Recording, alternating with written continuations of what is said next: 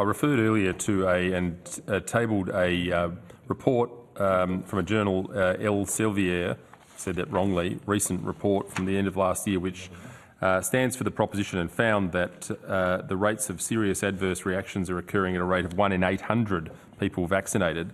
Now, according to your own clinical trial data, do you accept that is the rate? And if not, how does your overall rate of serious adverse events compare with routine traditional vaccine products such as flu vaccines and the like?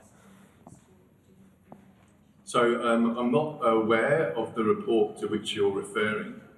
This is the report of a prominent medical journal. You're not aware of that?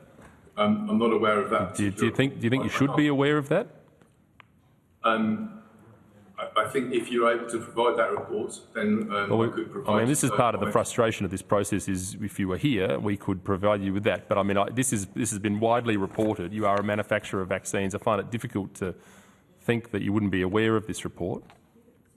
So one thing I can say is that as a company, we have as part of our pharmacovigilance activities, we do routine screens of the literature to look particularly for publications that include adverse events. We do review those publications and those adverse events, and we do include them into our global pharmacovigilance database.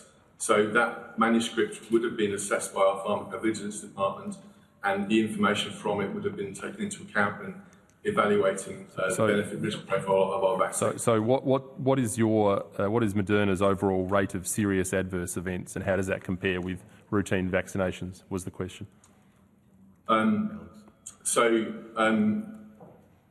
don't have the actual rate of adverse events. You don't have the rates of adverse events in front of you. If you I can refer to the. I'll see if I can refer to the product information. What I can tell you is that the rate of serious adverse events in our very large randomised controlled trials was actually in a similar range to what was observed in the placebo group. But you can't tell me the rates of serious adverse events. You realise you've come to a Senate hearing today for the purposes of exactly that question, and you can't tell me the rates of serious adverse reactions to your product, which I find extraordinary. What I can tell you is that on the TGA website, it reports there are 1.2 reports. That's the TGA. I'm not asking about the TGA. I'm asking about Moderna. You must have that information. You are a multinational company. You're before a Senate inquiry, and you cannot tell me the rates of serious adverse. I mean, it's quite extraordinary what you're telling me. Nobody can tell me that. Dr. Clark, sorry, I want to cut you off.